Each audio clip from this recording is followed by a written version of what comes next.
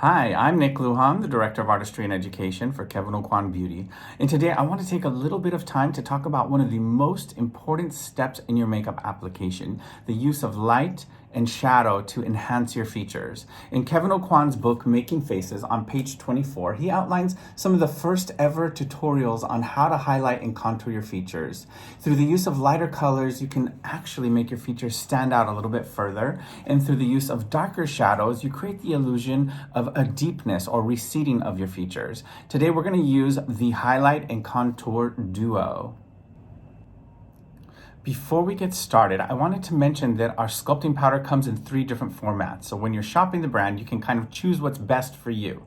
You can purchase the highlight and contour duo, which we are going to be using today. It features Candlelight highlighter and the medium sculpting powder. It's great for travel. Or you can purchase one of the individual sculpting powders in light, medium, or deep. If you're a makeup enthusiast and you want to have access to all the colors to contour and highlight all of your features and to enhance them even further by adding a little extra shadow, you can use the Contour Book Volume 3, which has all 3 shades of sculpting powders, 2 limited edition highlighters, and a limited edition Neo Powder Highlighter / Bronzer combo.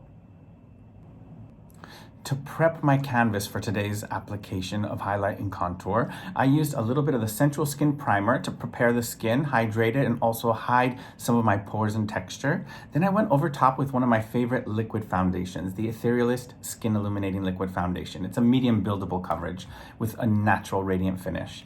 After that, I highlighted around my eyes and color corrected using Sensual Skin Enhancer shade number 9 to take away a little bit of this darkness that I have under here. And finally, I set everything with the Kevyn Aucoin Loose Setting Powder. It's going to help to blur texture, set my makeup for a longer wear, and because it's a really lightweight powder, it helps to facilitate the blend of other powder products over top. So that's going to ensure that you get the best blend of your highlight, contour, blusher, and bronzer. With my canvas fully prepared, it's time to apply my light and my shadow. I'm going to start off by applying a little bit of the medium sculpting powder from the highlight and contour duo. Here's my pro tip. Whenever working with any type of powder product, it's important that you work it deep into the bristles. This is going to ensure that you get the best blend of product. It gives you almost like an airbrush quality finish. So with my brush fully loaded and ready to go, it's time to apply. Always start by applying your brush or your product wherever you want it the most intense. So for me, I'm starting right underneath that cheekbone to really push that cheekbone out. Something you'll notice about the sculpting powders from Kevyn Aucoin Beauty is that they're all matte. That matte texture is important for absorbing light and actually pushing back those features.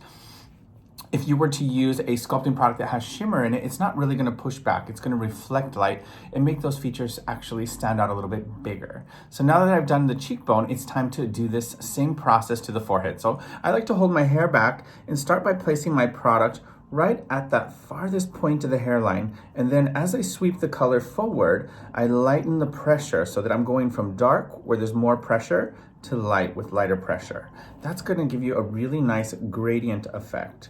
So just so you can see the difference from side to side, I've done a very soft, very natural sculpt to the cheekbone, the forehead, and the tip of my nose. I'm also going to take a little bit of that medium sculpting powder with a smaller brush just to contour my eye shape. So right through the crease of the eye with the eye open. That's the best way to find the crease, and just really accentuating that eye socket. And I like to pull my contour or my sculpting color just a little further out and up in that outer corner too, right up into that temple.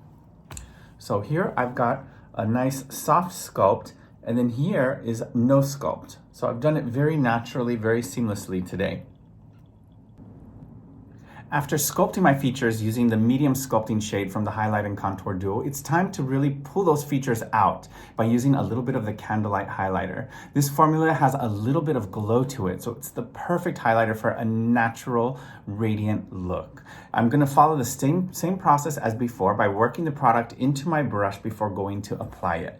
And now to apply this onto the bone structure, I want to find out where that light is reflecting the most beautifully. So I'm going to move my face in different angles to see how it reflects off of my cheekbone. So as I move this way, I see that beautiful reflection of light right here. And that's where you first want to place your brush to concentrate that bit of glow in that area. Other areas that I like a little glow or to enhance my features is just the center of the forehead here between the brows and also between the eyes on the bridge of the nose. This helps to kind of widen my bridge a little bit and put some distance between my eye shape.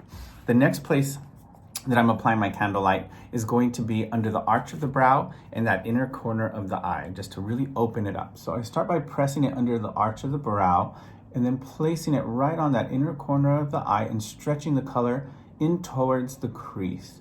You can wipe your brush on a tissue just to remove excess product and then use the same brush just to kind of blend it out. But look at how that beautiful glow really brings my features forward. You can see I did it on this side already and I just enhanced this side to match.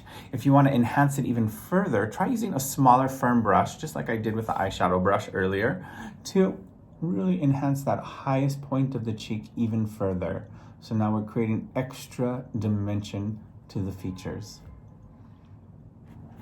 I hope you enjoyed all of my tips and tricks on how to bring forward your features using the Highlight and Contour Duo by Kevyn Aucoin Beauty.